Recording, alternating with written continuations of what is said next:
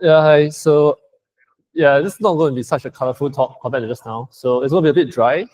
I'll try to make it less boring. Yeah, so hi, I'm Sylvester. I'm a software engineer at Allium. And yeah, this talk is just about working with databases. I know it's very generic because it's just going to be a sort of like, I'm also going to talk about like, wait, hold on. Is it not working? Yeah. All right, wait. Yeah, I'm basically going to share like war stories, experience with like databases. Most of the examples is Postgres because I've only worked with Postgres in my professional career. But the concepts and like experiences should be generalizable to all other databases. I'll go back a bit. Yeah, so this is my background. Oh, there's a TV there. I currently work at Allium. We are a blockchain data indexing company. So we index many blockchains, we enrich the data, and we sell the data. And I do mainly infrastructure and like data delivery, the backend stuff there. So before that, I was at GitLab doing infra, some database work. Before that, I was at Wiki doing multimedia stuff, also touching databases. Actually, you can't not touch databases, but yeah. Then before that, even before that, I was at GovTech doing some data science and AI stuff. Yeah. So what I'm going to share about today, these are the main points, like general overview. I'll talk a bit about ORMs, and then the pooling, observability, replicas, actually more on observability. Those are like more of like learnings and war stories and stuff. Next. Okay, so I'm going to look a bit at my slides because I didn't prepare that well. So Pareto principle, I believe that like if you use a database tool well, it should cover you for most of the cases. You don't have to keep reaching for fancy new stuff. Not that you shouldn't. Like for the sake of learning, if it might suit your use case, go ahead and use it. But most of the time, a well-tuned, well-configured database plus application should get you most of the way. Yeah. And I'm not just saying this out of my experience, that a lot of other companies have been doing that too. Like I think 37 Signal Basecamp, which is the company where DHH is from, the Rails founder, they moved away. Like I think Rails 7th, they release like solid cache, solid queues, which is just this backed thing. So like I think solid cache, you can use a MySQL database as a cache layer, or even a SQLite layer as a caching layer. And solid queue, instead of using like Kafka, instead of using Rabbit, you can use a database for your queuing, for like just basically background jobs. And Crunchy Data, which is a Postgres operating company, one of the engineers there released this thing called River, which is a PG-backed queue, which has all your transactional guarantees and performance. So the slides have links. So I've asked Steve to share the slides with you all after, so you all can just click through the links. There are links in the comments too. I need to check my timing so I don't overrun. Yeah, and yeah, so remaining 20%, you probably need some special databases, but then that's your judgment and you have to decide when to use it. Yeah. Next. Okay, ORMs. This is one of the things that I learned when I first started working, which is like, oh, ORMs are cool. Like it's very convenient. You can get most of our stuff done without having to write raw SQL. And sometimes it's not that good to use them too much without knowing how they actually work. Because when there's a crisis that happens, you would have to like read source code, or you have to figure out why you got burned by it. Typically, it's something silly like N+1, where you start spamming the database with lots of queries, or it could be just it's doing something that you thought it wasn't doing. Like yeah, so there's that disconnect, and oftentimes as you work more and you fight more of these fires, you start looking at the source code and figure out what's going on under the layer. So I'll encourage everyone to just start early, look under the hood, see how it actually works. Because one, you get to write better applications, and two, you have a better appreciation of what goes on behind, and yeah, and you can avoid future incidents. Yeah, so two very simple examples like over-selecting and eager/lazy loading. Let's talk about this. Also, this is a very contrived example. It's very stupid. I don't think any ORMs do this. But select star versus select list of columns. Select star is very convenient when you just want to, but you should be doing select columns And the bigger lesson here is to know what you are selecting. Yes, sorry. Yeah, the last line, I didn't know the stage was like that. Yeah. So the general concept is to know what the ORM is doing, select what you need, and in that case, you sort of tune your performance better, and you avoid. Okay, so yeah, one better query performance. The server does less work. So if you need IDs, you don't need to select the entire column because of this loads all the data into the page, loads all those pages into your shared buffer. Then you clear out stuff. Then client saves less time passing all these things because you just basically burning cycles if that's the case. And less packet over the network. If you are using cloud and you're not at a company where you have a lot of money to burn, you pack your cloud bill and you realize that, oh, why am I spending so much? Like, why is there so much network cost? Especially if you're not in the same, like if you're, let's say you're in GCP and you're using AWS, RDS, then you're moving a lot of data over the wire. So these things add up. Easier time with schema evolution. So who here has been burned by schema changes? So these things can happen. So if you do a select star, this could happen. Like if you select star and your schema is not updated, then suddenly you have a new column and your application doesn't expect it. Or you have one less column and your application doesn't expect it. Or maybe the name got changed and you don't expect it. So at GitLab, this has happened before. But it wasn't because of select star. It's like the schema cache not being fresh. Like it wasn't updated. So because of that, like a rollout broke and you have to roll it back. It's not fun. But basically, knowing how your schema changes and understanding your ORM helps you understand how you handle all these rollouts, how your application expects the schema to be like, how your migration, how your rollout and rollback should be planned and executed. Yeah, so lazy eager loading. This is a very Rails example because I prepared the slides when I was still at GitLab last year, but I only got to talk about it now. So this is Rails. So eager loading is just loading ahead of time. And then lazy loading is just loading later. There's no good or bad. You use them where you need to use them, and you should know the use case. Yeah. So on the left, the example, it's like book.limit 10. And then after that, there's another loop that just calls the author last name of the book. So if what this does is actually lazy loading, it does one query for the book limit 10, and then it just does 10 more query to get the authors.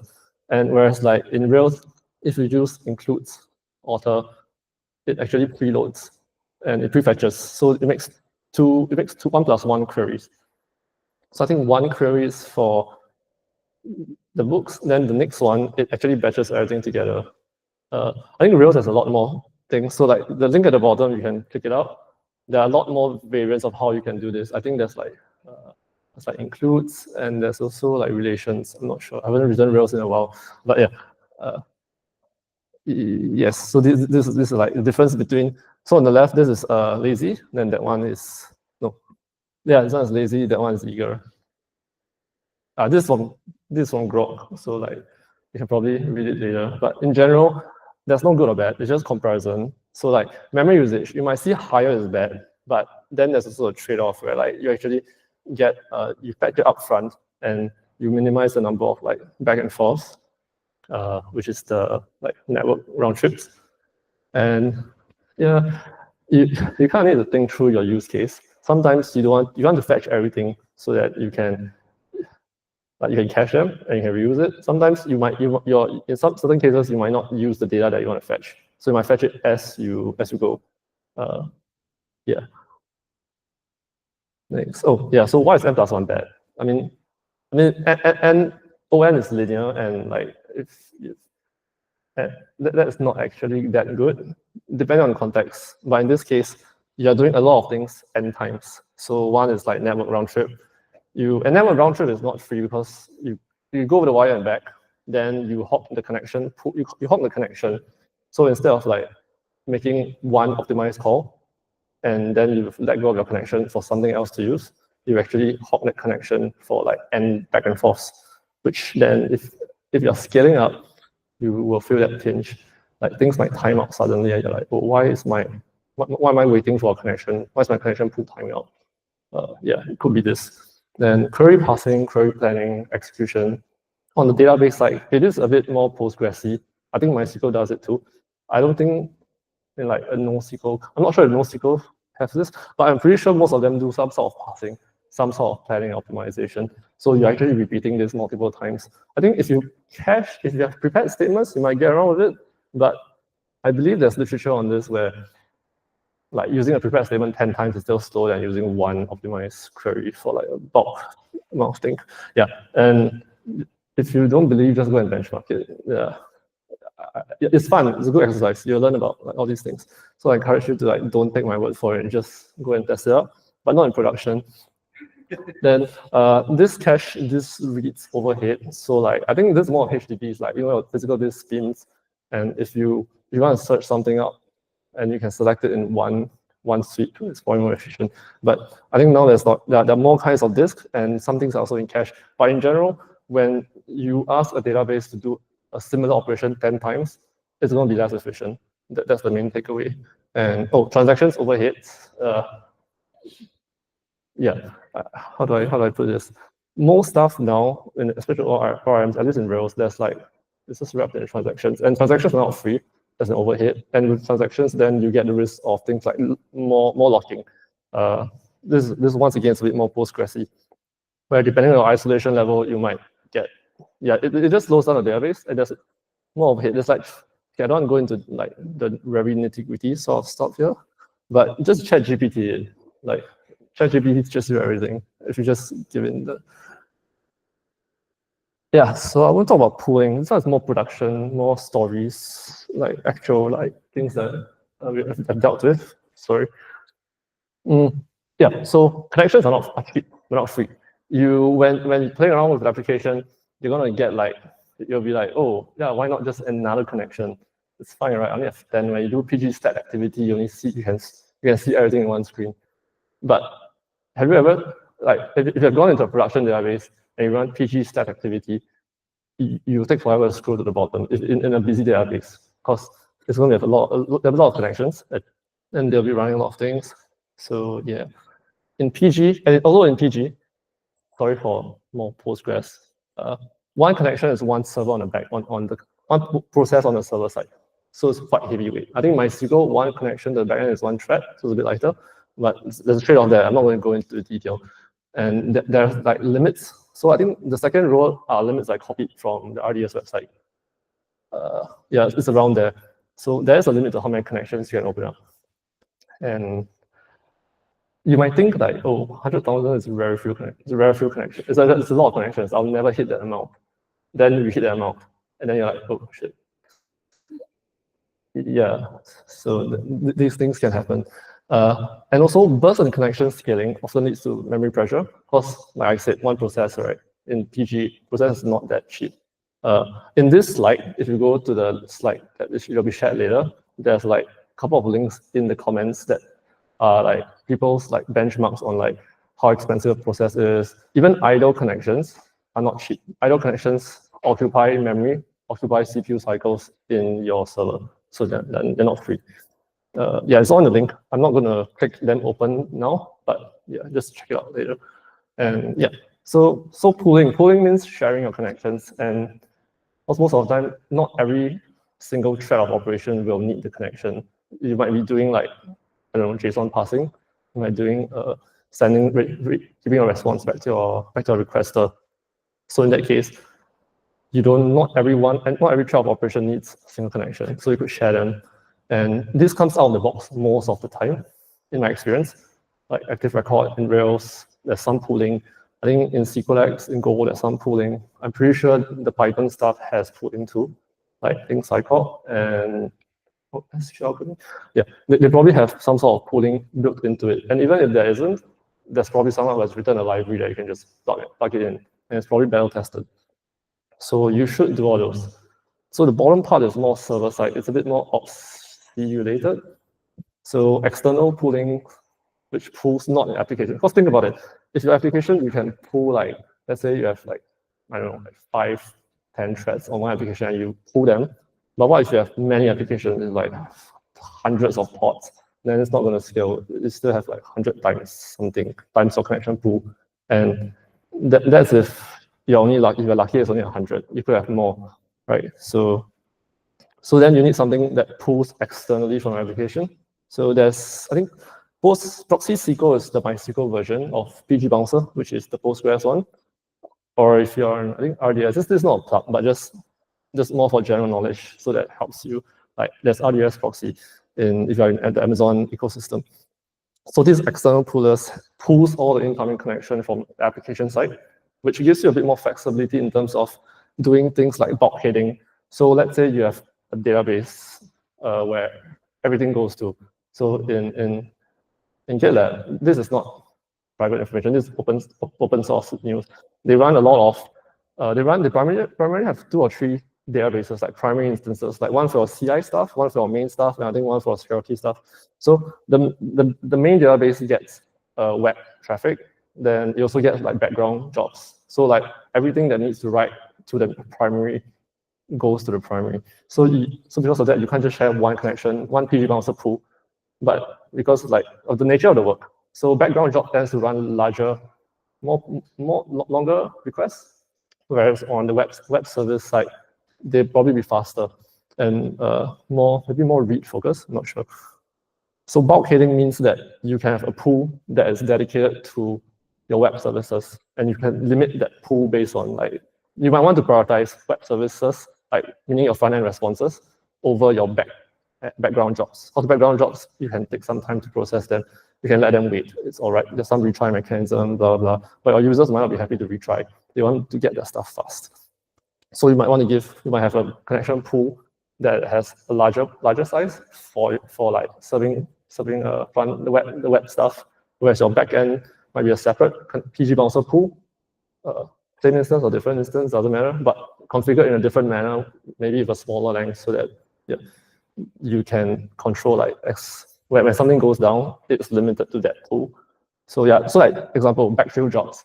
So backfill jobs should not share the same pool as your steady state, like background jobs or even your API server. You could even do a separate pool and keep that isolated so that you can do like crazy backfills and sort of limit the blast radius. Observability, hold on, let me check. 20 minutes, okay, got time. So observability, so this is very important. So I know like it's very tempting to just tune stuff, but your performance only matters if you know the before and the after. Like if you like tuning stuff and hoping things work doesn't really make sense. It's a bit like I think Brendan Gregg, this well-known performance engineer, calls it drunk man performance tuning, where you just keep turning things until it works. And it's horrible. So you have your basic database metrics. And if you're using a cloud provider, typically they have this out of the box. You get your resource stuff, your CPU, your memory, your disk, network IOs. You also get like buffer cache, hit rates, sizes. I think they give you logging too, like the amount of like deadlocks detected, which is very useful. Like so, all these the whatever comes out of the box is probably useful to get things off the ground. But so I'm here to share a bit more of like stuff that I've seen and used when I was in GitLab. There's some more advanced metrics. So there's like all these backtick tables. They're all PG. It's all PG. Sorry, I don't know the MySQL one, but I'm pretty sure that MySQL has an equivalent. And sorry if I'm just talking about PG and MySQL, but in whatever database, there's probably an equivalent version that lets you go in and see the details. But at least for Postgres, one way is to plug into your like observability agent. I use Datadog now. I think GitLab was using Prometheus, but you could scrape these tables. You could query these tables in a cycle, and you could get statistics like index efficiency, like how many sequential scans versus index scans are doing. The reason why I say you should script them at a regular interval is because you could just query them on the spot during an incident by just doing nothing. It just tells you, you just get that slice in time, and it doesn't help you alleviate anything. You need to know the change. You need to know before and after. And that lets you narrow down a point in time when an incident, where a situation started degrading, and you know, this is where this timestamp was when things started getting bad. And you could like correlate with a deployment. You could ask around, hey, did anyone change something at this point in time? And it helps you solve incidents a lot faster. So yes, index efficiency. Check out this link. Tells you everything. if you're on other databases, then ask ChatGPT. Custom instrumentation, this might not be relevant to everybody, but GitLab uses this because it only has 2 databases, right? Like it doesn't federate as much. So with 2 databases, and you have like many domains all making queries to it, it's a little hard to slice and instrument. So there's this thing called marginalia, which is a Rails thing. I'm sure there's other versions in other languages, but what essentially lets you do is use the comment as a way of instrumenting. So you could add like information into Postgres comments, and you could just do select star on pgstats activity and do a regex on it. And you could break it down into your different domains. And then you have the time slice, right? So at a point in time where, let's say, something that the ratio of stuff changes a lot, you could sort of narrow down to a particular domain of your code that is causing problems. But once again, this is a bit overkill. If you have if the microservice, you probably don't need it. It's because GitLab runs as a monolith. That's why they kind of need this to slice a bit deeper. Yes. Understand. Okay, so sorry, let me check. Okay. Yeah. So understanding of metrics. One is understand how numbers are derived. So client-side and server-side stuff is very different. So client-side metrics like database query duration. So at GitLab, there was one where it started increasing. So like that, right? Query duration starts increasing. But what's the problem? You don't know what's the problem. And on the server side, you see a CPU is very high, it's clearly saturated, and client-side metric is not very accurate because that duration, like you can't just look at what endpoints and what background workers are experiencing this high query duration, because we are using a PG bouncer. Yeah, sorry, that's missing context. We're using a PG bouncer. So that duration is actually a sum of your PG bouncer queue time, meaning every request that's going through will experience that queue time. So probably initially only the bad ones were experiencing. Then once it started backing up on the Postgres side, then it saturates on the PG bouncer side. Then every query from your service or your backend job is just going to incur this wait time, and this is going to dominate the query duration. Then you have your Postgres backend query duration, which is probably fast, a couple of milliseconds, even lower. And then you have network RTT, which is probably negligible because everything is blowing up. Your queries are like 10, 20 seconds, and most of that is just your PG bouncer wait time, and then it times out. And so it tells you nothing. So how we debugged it was using server-side, the PG stat activity in this table. Also in this slide, there's this link in the comment. It leads to this GitLab exporter. It's open source, so you can check it out. It defines a bunch of Postgres queries that GitLab uses to and tracks on their backend. So good reference. I don't recommend using everything because not everything is relevant. But this one is really cool.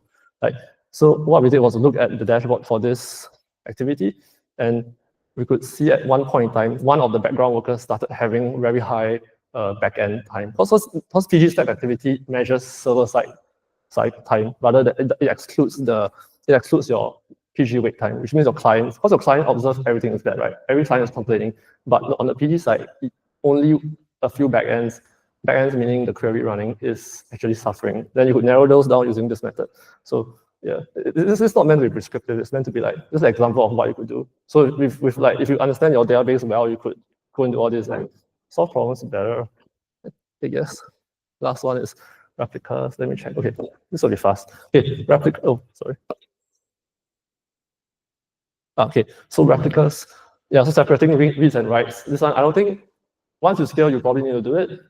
And this kind of silly. Like I think everyone knows read-write replicas are very important. So I'm just here to talk about like why. This is a bit more deeper stuff. Because writes and reads have quite different behaviors on your server side. So like reads is just reading, right? So you're just hitting like disk, and then it loads into the cache. And if your cache is it's sort of like warmed up, you just keep hitting your cache, especially if your reads are like repeated. And like writes are quite different because they generate dirty pages and then they'll be flushed. And it all goes on checkpointing, it gets flushed to your disk. So your shared buffer, your shared buffer for a write heavy instance and a read heavy instance probably has a different distribution. Yeah, and I checked with Grok, and okay, this is just a joke, but like it's just good, like general knowledge, I guess. Yeah. But I shall not stay too long on this because this is pretty straightforward. Like use a replica if you need. This is the one that's probably a bit more interesting. Yeah, so depending on use case, use the replica wisely. So like I think currently I work at Allium. It's a blockchain data company. So blockchain data, the users don't get to dictate what blockchain data is, right? Unless they make a transaction, but they won't do it through our database. They read from our database. So because of that, read replicas makes a lot of sense. This read-write replica makes a lot of sense. But at GitLab, like the database, you might open a merge request. So that's a write. And you might refresh your page. That's a read. And you are doing both of those actions. So how do we determine like what do you use? So over here, like one of the examples, like so our background workers both read and write from this primary database. So we wanted to reduce the intensity. So yeah, we have to tune background workers to read from the replica first, then sort to the primary after a write has been done. Because that kind of makes sense. Right? Because once you write already, you want to read from the replica. Because there's replication delay. So you want to, after a write, immediately you start reading from the primary and you don't go back. So this was the optimization. Then like, okay, so how do you determine, so let's say you make an API request, and the API request does a write, and then it fires a background job. So that was also one of the areas that we have to optimize, because if that's the case, how do we know when the background job has arrived at the worker, has the replica caught up? Because if it hasn't caught up, then you'll read stale data, right? Like imagine if you open a merge request and then you do a refresh, and some background job that's fired off from that request reads on a stale instance, and it doesn't reflect your new merge request, and it does some weird action, and it's all these things. So what we did was to use this thing called a write head log sequence number. It's just a check. Just think of it as a log number. Like at the point of writing, at the point of like sending out the background job, you do a check on where the checkpoint is. Then you attach that checkpoint to the job, and then that job, when it's picked up, the worker would check if the replica has caught up. If it hasn't, then you use the primary, something like that. It's linked here. Yeah. So I'm not going into detail. You can read it up in here. But the idea is that these are like fancy hacky ways. Not very hacky. I mean, this is running in GitLab. So and it's fairly well tuned. Like we used this to avoid a couple of database crises before by just tuning how we shift load off the primary, only using the primary when you need it. Mostly for writes, sometimes for reads when it's critical, then you move all the load to your replicas. So these are like practical stuff. So yeah, your use case will differ. So it's not a copy and paste. Don't just go back and say, we need a replica. It really depends on the use case. Oh, these are all resources, pretty helpful. Like Rails at scale, Shopify, timescale, yeah. No need to take photo, it's in the slides. Yeah, oh, okay, yeah. So Allium is hiring. We like do blockchain data. We scrape a lot of blockchain data, and we index a lot of it. It's like petabytes scale. It's yeah, and yes. So if anyone is interested in like blockchain, the domain of blockchain, or just interested in moving like lots of data, like cutting edge backend, yeah, you could check us out. You could chat with me. My CTO is around. Check to wave your hand. Yeah, you can just chat with him also about our company. And yeah, we're hiring, so you can just scan this QR code. Once again, it's in the slide that will be shared, so you don't have to rush to scan this. Yeah, that's all. Any questions? Yeah. Probably you could, but we don't have that. We don't do that. Yeah. Yeah. Yeah, I guess you probably could. No, we don't do that. We index the blockchain. So we basically the blockchain data is messy, and it's hard to hard to observe into it. So we scrape that data, we make it into we organize it, index it, so that it's easy for you to access. So we don't really interact with the blockchain from like in terms of like transferring funds. But if someone transferred funds, we would know. Like it's in our database. Yeah. So yeah. Any questions about the talk? Yeah. I suppose. Yeah, it is. Yeah, definitely. Yes. Yes. Thanks. Is the right-hand log built into Postgres, or is it something that you built for? Oh, it's inside the Postgres. It's a Postgres thing. It's a feature of Postgres that lets you do like durability. Yeah. So yeah. Yes. Sorry. How did you end up with your database in the laptop? Stop sting. I shall answer you off topic later. Yeah. But yeah. I mean, there's a lot of other practical reasons, but typically it's legacy, so I shall stop there. Yeah. Yeah. Anyone else? I think there's time for more.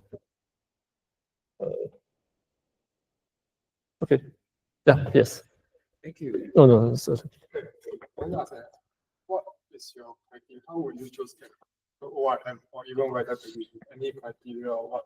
Like how to choose ORM. But typically, I just go for the, like, if you short this, you look at the ones that's better tested by large companies. So like, if you're in a Ruby environment, like active record is kind of straightforward because, I mean, Shopify uses it to good effect. And I mean, yeah, like a lot of large companies are supporting Rails to active, like they dedicate a team to maintain it. So like that's one indicator of how, like, in terms of selection. So the ORM has strong support from industry or just a strong like history of like contributors. Yeah, and then generally I'll just look at, you could just check Reddit or like just check out various sources and see what people talk about, what they complain about. Are their complaints relevant to your use case? If it's not, then maybe it's not very relevant and it's actually not too bad.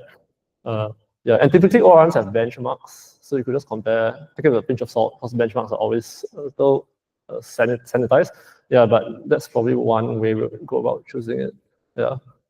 Like, you just say what you're using? No, I won't say pro ORM. Yeah, but I don't want to write raw SQL for everything, right? So typically I'll lean towards ORM, but I want to understand how it works, and not use. I don't want to use a weird, like a more specialized feature if I don't know what's going on. Yeah. Okay. I guess that's it.